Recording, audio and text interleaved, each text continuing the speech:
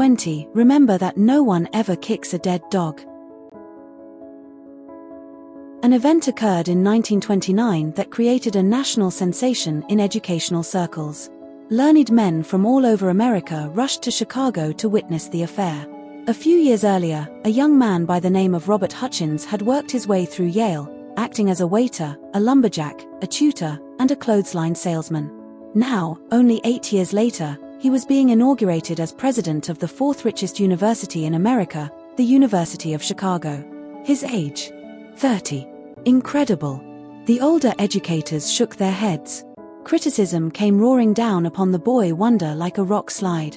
He was this, and he was that, too young, inexperienced. His educational ideas were cockeyed. Even the newspapers joined in the attack. The day he was inaugurated, a friend said to the father of Robert Maynard Hutchins, "I was shocked this morning to read that newspaper editorial denouncing your son." Yes, the elder Hutchins replied, it was severe, but remember that no one ever kicks a dead dog.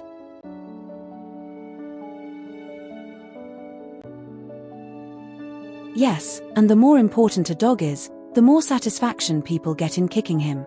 The Prince of Wales, who later became Edward VIII, now Duke of Windsor, had that forcibly brought home to him.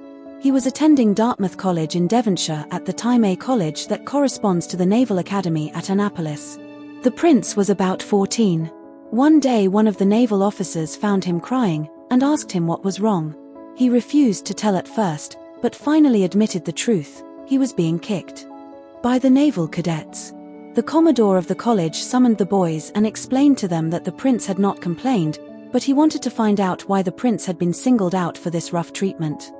After much hemming and hawing and toe-scraping, the cadets finally confessed that when they themselves became commanders and captains in the King's Navy, they wanted to be able to say that they had kicked the king. So when you are kicked and criticized, remember that it is often done because it gives the kicker a feeling of importance. It often means that you are accomplishing something and are worthy of attention.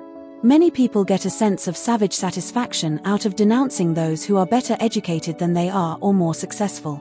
For example, while I was writing this chapter, I received a letter from a woman denouncing General William Booth, founder of the Salvation Army. I had given a laudatory broadcast about General Booth, so this woman wrote me, saying that General Booth had stolen $8 million of the money he had collected to help poor people.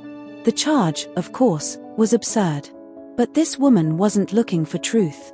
She was seeking the mean-spirited gratification that she got from tearing down someone far above her.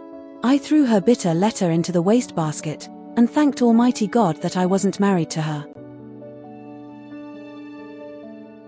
Her letter didn't tell me anything at all about General Booth, but it did tell me a lot about her.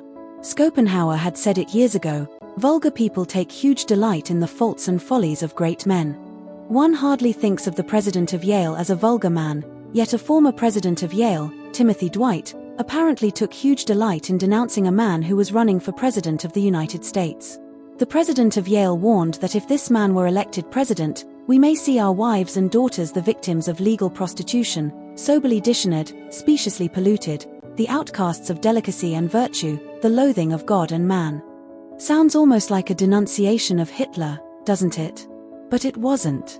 It was a denunciation of Thomas Jefferson. Which Thomas Jefferson?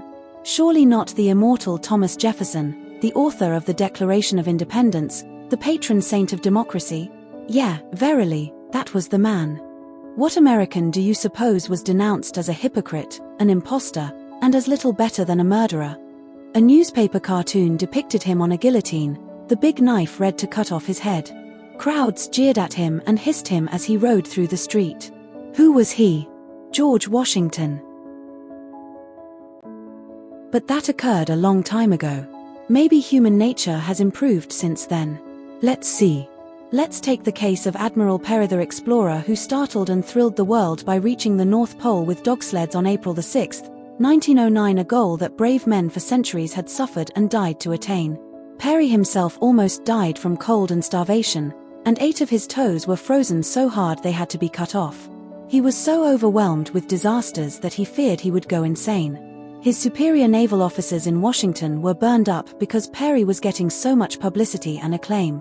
So they accused him of collecting money for scientific expeditions and then lying around and loafing in the Arctic. And they probably believed it, because it is almost impossible not to believe what you want to believe. Their determination to humiliate and block Peary was so violent that only a direct order from President McKinley enabled Peary to continue his career in the Arctic. Would Peary have been denounced if he had had a desk job in the Navy Department in Washington? No. He wouldn't have been important enough then to have aroused jealousy. General Grant had an even worse experience than Admiral Peary. In 1862, General Grant won the first great decisive victory that the North had enjoyed, a victory that was achieved in one afternoon, a victory that made Grant a national idol overnight, a victory that had tremendous repercussions even in far-off Europe, a victory that set church bells ringing and bonfires blazing from Maine to the banks of the Mississippi. Yet within 6 weeks after achieving that great victory, Grant, hero of the North, was arrested and his army was taken from him. He wept with humiliation and despair. Why was General U.S. Grant arrested at the flood tide of his victory? Largely because he had aroused the jealousy and envy of his arrogant superiors. If we are tempted to be worried about unjust criticism, here is Rule 1. Remember that unjust criticism is often a disguised compliment. Remember that no one ever kicks a dead dog. Chapter complete.